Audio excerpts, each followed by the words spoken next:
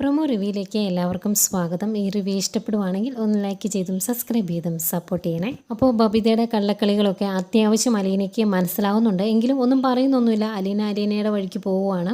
അതിനുശേഷം കൃഷ്ണമോളെ കാണിക്കുന്നുണ്ട്. കൃഷ്ണമോൾക്ക് ബാലേന്ദ്രനെ ഒന്ന് കാണണം. അത് വൈജയന്തി വിളിച്ച് പറയുവാണ്, ഞാൻ ഹോസ്പിറ്റലിലോട്ട് വന്നോട്ടെ എന്ന് ചോദിക്കുവാണ്. അന്നേരം വൈജയന്തി ചോദിക്കും, നീ ആരുടെ കൂടെയാണ് വരുന്നത് എന്ന്. അന്നേരം ഞാൻ അലീന ചേച്ചി കൂട്ടിക്കൊണ്ട് വരാമെന്ന് പറയുമ്പോൾ, അവളെ ഒന്ന് ഇങ്ങോട്ട് കൂട്ടിക്കൊണ്ട് വരണ്ട, അതിൻ്റെ ആവശ്യമില്ല എന്ന് വൈജയന്തി പറയുന്നു. ഏതായാലും കൃഷ്ണമോൾ ഹോസ്പിറ്റലിലോട്ട് ചെല്ലുന്നുണ്ട്. ഏതായാലും അവിടെ ചെന്നതിന് ശേഷം കൃഷ്ണമോൾ ബാലേന്ദ്രനെ കാണാനായിട്ട് ICU കയറി ചെല്ലുന്നു. എന്നിട്ട് കയ്യിൽ പിടിച്ച് ആശ്വസിപ്പിക്കുകയൊക്കെ ചെയ്യും.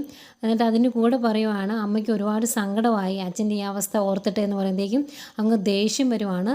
അങ്ങനെ നിൻ്റെ അമ്മയ്ക്ക് ഒരുപാട് വിഷമമായെങ്കിൽ ഇങ്ങോട്ട് കയറി വരാൻ പറ, എന്നിട്ട് കാണാൻ പറ, ഞാനിങ്ങനെ കിടക്കുന്നത് കാണാൻ പറ, എൻ്റെ ഈ അവസ്ഥ അറിയട്ടെ എന്നൊക്കെ പറഞ്ഞ് അദ്ദേഹത്തെ ഒട്ടിച്ച് വെച്ചിരുന്ന എല്ലാം വലിച്ചു പറിച്ച് കളയുവാണ്.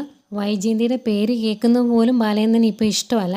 ഈ സമയത്തും വൈജയന്തി ICUവിൻ്റെ പുറത്തുണ്ട് കേട്ടോ.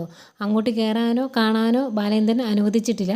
ഏതായാലും പിന്നെയും വീട്ടിൽ വന്നതിന് ശേഷം അലീനനെ ചൊറിയാനാണ് ചെല്ലുന്നത്. അന്നേരം അലീനയുടെ അടുത്ത് നിന്നിട്ട് പറയുവാണ്, ഏതോ ഒരു അലവലാതി പെണ്ണ് പിഴച്ച് പ്രസവിച്ച് ഉപേക്ഷിച്ച് അനാഥാലയത്തിൽ വളർന്ന നിൻ്റെ സംസ്കാരമല്ല എനിക്ക് എന്ന് പറയുമ്പം അലീന ചോദിക്കുന്നുണ്ട്, അപ്പം പിഴച്ച് പ്രസവിക്കുന്നത് സംസ്കാരമല്ല എന്ന് അറിയാം അല്ലേ എന്നിങ്ങനെ ചോദിക്കുക.